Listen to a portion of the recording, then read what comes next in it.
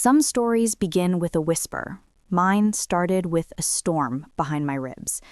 I stood in the principal's office, my palms trembling, tears burning behind my eyelids, while two perfectly dressed parents looked at me like I was dirt under their expensive shoes. They didn't even try to hide the smirks. To them, I wasn't a tired mother defending her daughter. I was a failure, a single woman who should have known better than to try raising a child alone. A mistake in heels and a cardigan.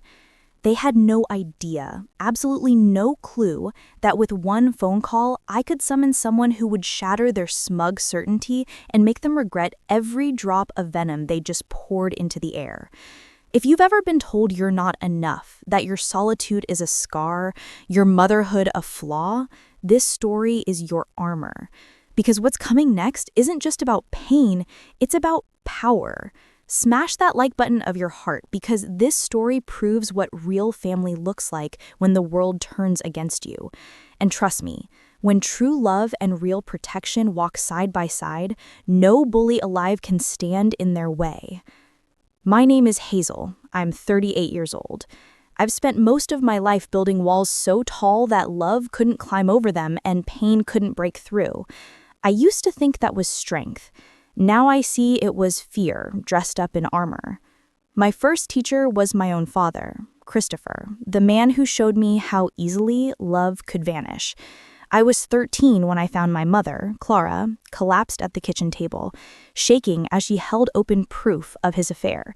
He hadn't just betrayed us, he'd replaced us, disappeared without warning into a brighter, younger life, leaving behind a stack of unpaid bills and a daughter who learned her first cruel lesson early. A man's love has an expiration date. Mom worked herself raw just to keep us afloat. 3 jobs, cheap dinners, clothes that already knew another owner's name. I learned not to hope for rescue. I learned how silence can sound like dignity when all you have left is pride. 3 years later, she remarried. His name was William. I was 16, furious, and suspicious of every smile he gave us. William wasn't anything like my father. He was calm, stable, successful. He owned half the real estate downtown, which terrified me. Power, I'd learned, always came with a catch. So I froze him out. Didn't call him dad, didn't take his money, didn't trust the steady kindness he offered. When he offered to pay for my college, I chose debt instead, because I refused to let another man think he owned a piece of me. The day I turned 18, I packed my bags, ignored his goodbye, and walked out for good. Years passed. I waited tables, poured coffee, juggled double shifts while paying off those stubborn student loans. That's where I met Michael, 25, a dreamer type, a graphic designer chasing his big break. I was 23 and exhausted. He noticed me. That was all it took. After years of trying to be unbreakable, I met someone who made me laugh over spilled espresso and late-night bus rides. He called me beautiful when I still smelled like coffee grounds. He made life feel lighter. 6 months later, we were living together. 2 years after that, I was pregnant. And for the first time, I thought maybe miracles still existed for women like me. At first, Michael was thrilled, bought baby books, talked about apartments with room for a nursery. But hope can be a liar. As my belly grew, his interest faded. Nights out became longer, his texts shorter. Excuses piled up like dirty laundry. By the 7th month, I found the messages, flirty texts that turned my stomach cold. When I confronted him, he didn't even apologize. Said I'd changed. Said pregnancy made me dull. Said he needed space. He left with a half-empty suitcase and a full sense of self-pity. 6 weeks later, Martha came into the world. He wasn't there. Never called, never sent a dime. It was as if we'd been erased, deleted from his life entirely. That was lesson number 2. Every man eventually leaves. It isn't a question of if, just when. I kept that truth locked deep inside for years. William kept trying to reach through the walls I'd built. Birthday calls, little checks, messages through Mom that I ignored. I thought I was winning by shutting him out. I thought independence meant isolation. Then came the day the world decided to test everything I believed. My daughter, Martha, 10 years old, shy, artistic, sunshine wrapped in curiosity, started coming home with tear-streaked cheeks. At first it was whispers, giggles, the kind of quiet cruelty kids have learned from watching grown-ups. But soon it turned darker. Amanda Denton, a classmate with parents who thought their money equaled morality, turned torment into a game. For weeks, she followed my daughter with words sharp as knives. "You don't have a daddy because your mommy's a bad woman. That's why he left. Nobody wants you." Martha tried to ignore it, tried to be brave, but even the toughest hearts have limits.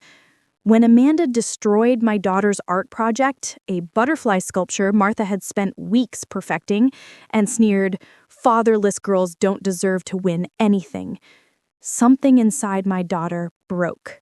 She pushed Amanda hard. Amanda fell, scraped her knee, and ran crying home. And that's all it took.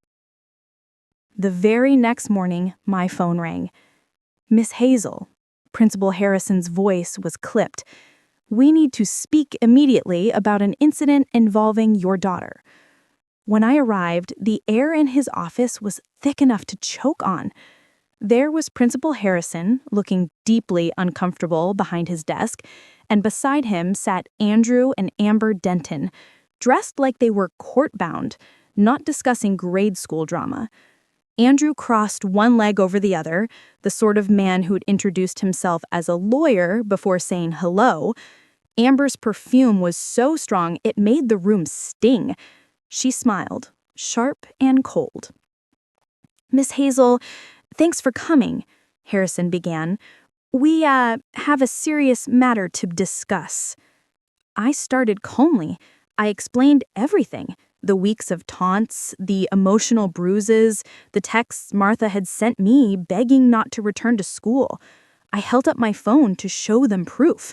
That's when Amber's voice sliced through mine like a blade. "Enough," she said crisply. "Your daughter attacked mine, pushed her to the ground. That's violence." I blinked, stunned. She was defending herself after months of... Amber leaned forward, eyes glittering. "Children without structure act out, Miss Hazel. It's sad, really. No father figure, just you, clearly overwhelmed. Some women simply aren't built to raise children alone." Her words hit harder than fists. I felt my stomach twist, my pulse roaring in my ears.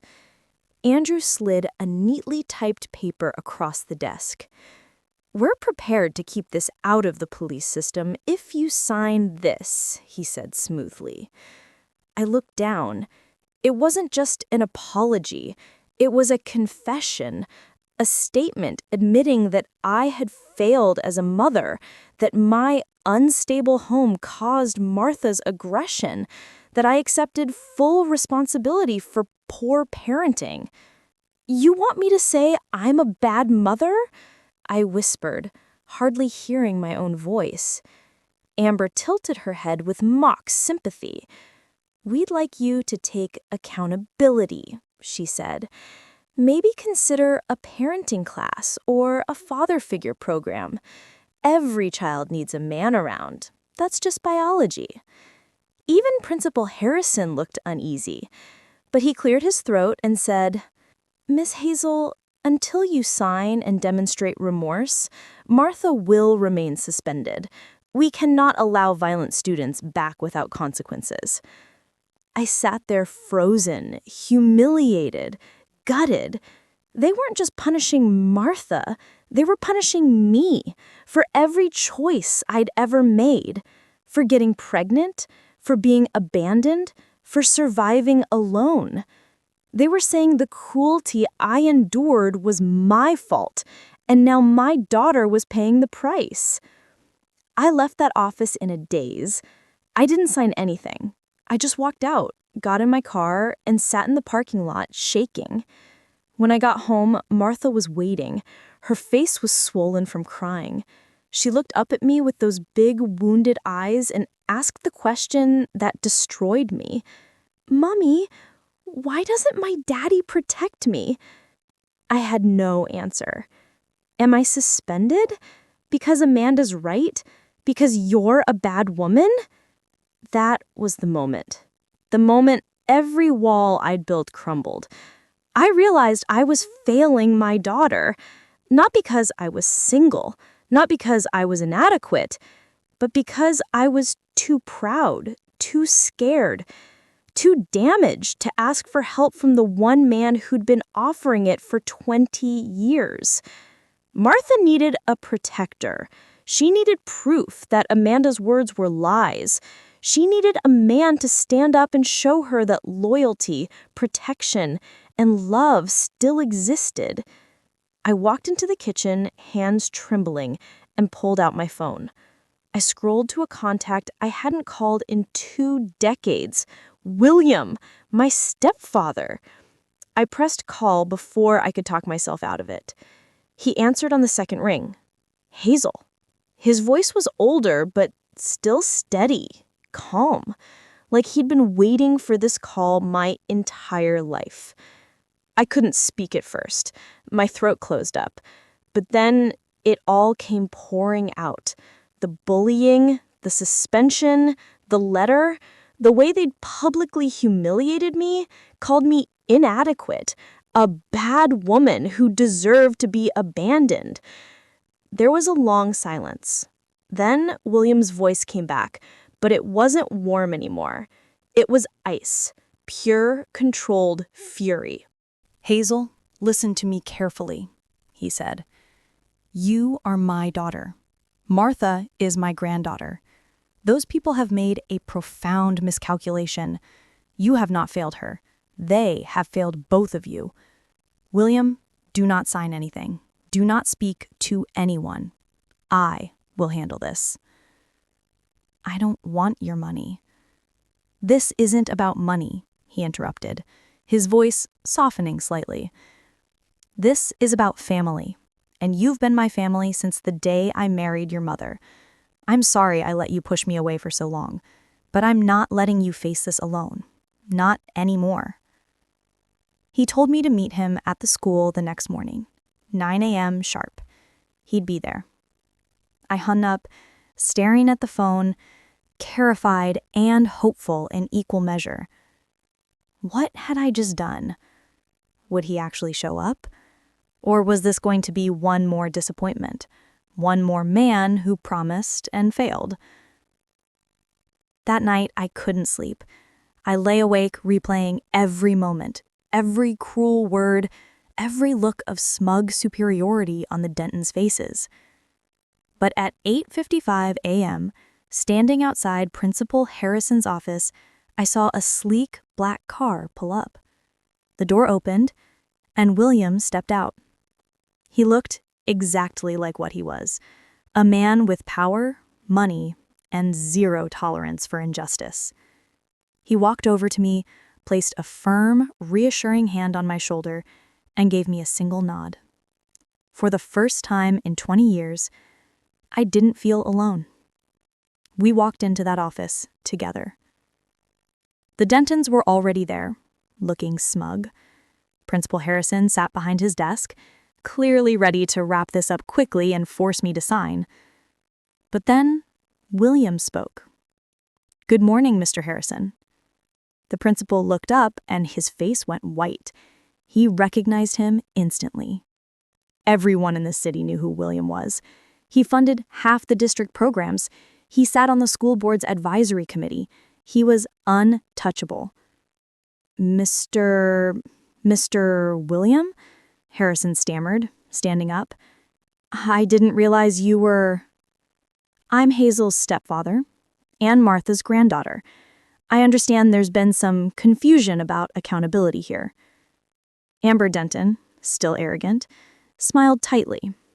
"We're simply asking for an apology for Martha's violent behavior, sir. Surely you understand the need for discipline." William looked at her with the kind of calm that precedes devastation. "Mrs. Denton, Let me clarify something. Your daughter has spent weeks psychologically tormenting my granddaughter, using deeply personal and cruel insults about her family. When your daughter destroyed Martha's property and mocked her for being fatherless, Martha defended herself. That is not violence. That is self-preservation. Andrew Denton leaned forward. With all due respect, Mr. William, Martha pushed our daughter, and your daughter, William interrupted, his voice like steel, has been bullying mine repeatedly, viciously, and you two have been complicit, spreading malicious gossip about my daughter's character, calling her inadequate, a bad woman. That, Mr. Denton, is defamation, and I don't tolerate it. The room went silent. William turned to Principal Harrison. Here's what's going to happen. You will reinstate Martha immediately with a formal apology from the school. The Dentons will issue a written apology to both Hazel and Martha, and their daughter will be required to attend a bullying intervention program. If any of this is refused, I will take this matter to the school board, the local media, and my personal attorneys. Your choice. Principal Harrison looked like he might faint. Mr. William, I'm sure we can resolve this. Then resolve it now. The Dentons' faces went from smug to panicked. Andrew tried to bluster, but William silenced him with a look. 20 minutes later, I walked out of that office with a formal apology letter, Martha's reinstatement, and the knowledge that the Dentons had been utterly destroyed.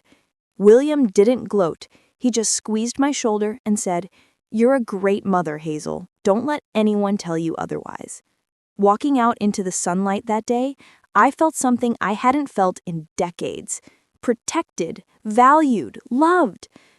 William didn't just win a fight. He gave me back my dignity. He proved that family isn't about blood. It's about who shows up when the world tries to break you.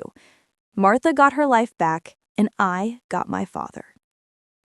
If you think William is the definition of a real father, smash that like button. If this story gave you chills, drop a comment telling me what you would have done. And subscribe, because every week we bring you stories where justice isn't just served, it's delivered with precision. See you in the next one.